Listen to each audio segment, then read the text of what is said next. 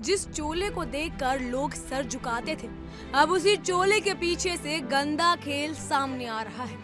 धर्म के नाम पर समाज का मार्गदर्शन करने वाले जिस बाबा को आदर्श माना गया, अब उसी का नाम यौन शोषण, ब्लैकमेलिंग और अश्लील हरकतों में गूंज रहा है। स्वामी चैत्यानंद, जो खुद को आध्यात्मिक गुरु बताते रहे, अब उनके धार्मिक चोले के पीछे की असलियत पुलिस जांच के सामने आ रही है।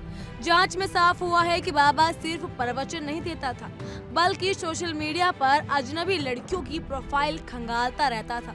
इतना ही नहीं, उन्हें मैसेज करता और फोटो पर भद्दे कमेंट्स भी करता था। जांच जैसे जैसे आगे बढ़ी, बाबा का असली चेहरा भी सामने आने लगा। पुलिस ने बताया है कि बाबा छात्राओं को मैसेज करता, उनसे नजदीकियां बढ़ाने की कोशिश करता और बातों बातों में अश्लीलता पर उतर आता। उसका मोबाइल जब्त किया गया और उसमें से कई आपत्तिजनक चैट्स, अश्लील बातें और फोटो मिले, जो अब पुलिस के पास सबूत के तौर पर मौजूद है। बाबा की इस डिजिटल दुनिया ने दिखा दिया कि उसका असली धर्म क्या था: शोषण, नियंत्रण और मानसिक भय पैदा करना। जो बाबा हमेशा सादगी, सात्विकता और आध्यात्मिक ज्ञान की बातें करता था, वो अब न सिर्फ यौन शोषण के आरोपों में फंसा है, बल्कि छात्रों को कैमरे और दबाव की ताकत से चुप कराने की साजिश भी कर रहा था। पुलिस के मुताबिक बाबा खास तौर पर आर्थिक रूप से कमजोर लड़कियों को निशाना बनाता था। उन्हें स्कॉलरशिप, नौकरी और आर्थिक मदद के नाम पर बहलाता और फिर अपने जाल में फंसा लेता था।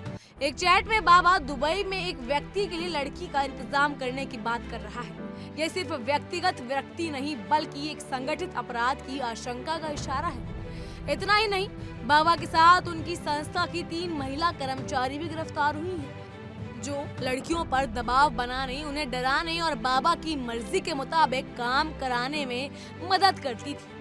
ये पूरा मामला सिर्फ एक व्यक्ति की गंदी सोच नहीं, बल्कि उस पूरी सिस्टम का हिस्सा है जो धर्म के नाम पर लोगों की भावनाओं और मजबूरियों का फायदा उठाता है। जिन छात्रों ने आवाज उठाई, उन्हें चुप कराने की भी पूरी कोशिश की गई। छात्रों के मोबाइल और दस्तावेज जबरन छीने गए, उन्हें निष्कासन की धमकी दी गई। यानी बाबा न सिर्फ शोषण करता था, बल्कि उसकी पोल खोलने वालों को संस्था से बाहर का रास्ता दिखा देता था।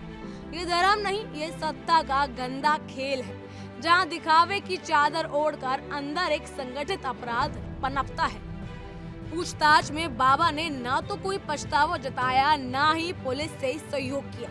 उसके चेहरे पर अपराध का बोझ नहीं, बल्कि सत्ता का अहंकार झलक रहा था। और जब कोर्ट में पेशी हुई तो उसके वकील ने सात्विक भोजन, धार्मिक वस्त्र और आध्यात्मिक सामग्री की मांग की, जैसे अदालत को भी वह अपनी धार्मिक छवि दिखाकर प्रभावित करना चाहता हो। यही दोहरा चरित्र आज समाज के सामने सबसे बड़ा सवाल बनकर खड़ा है।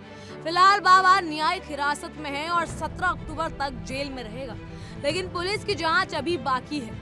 मोबाइल, लैपटॉप और सोशल मीडिया अकाउंट्स की फॉरेंसिक जांच जारी है। जांच अधिकारी मानते हैं कि आने वाले दिनों में और भी चौंकाने वाले खुलासे हो सकते हैं, क्योंकि बाबा की गतिविधियां जितनी सामने आई हैं, उससे कहीं ज्यादा पर्दे के पीछे दबाई गई है। ये मामला सिर्फ एक बाबा का नहीं, बल्कि उस पूरे सिस्टम का है जो धर्म की आड़ में गंदे इरादों को छुपाने की कोशिश करता है। और जब तक ऐसे लोगों पर कठोर कार्रवाई नहीं होती, तब तक धर्म के नाम पर गुनाह करने वाले इसी तरह समाज को गुमराह करते रहेंगे। पुलिस के पास अब सबूत है, देश के सामने अब सवाल है, क्या धार्मिक चोले में छिपे अपराधियों को सिर्फ प्रवचन की आड़ में बख्शा जाएगा, या अब कानून अपना काम करेगा? इस पर आपके क्या राय है, हमें कमेंट सेक्शन में जरूर बताइएगा। फिलहाल के लिए इतना ही। तमाम खबरों के लिए फॉलो कीजिए इंडिया डेली को।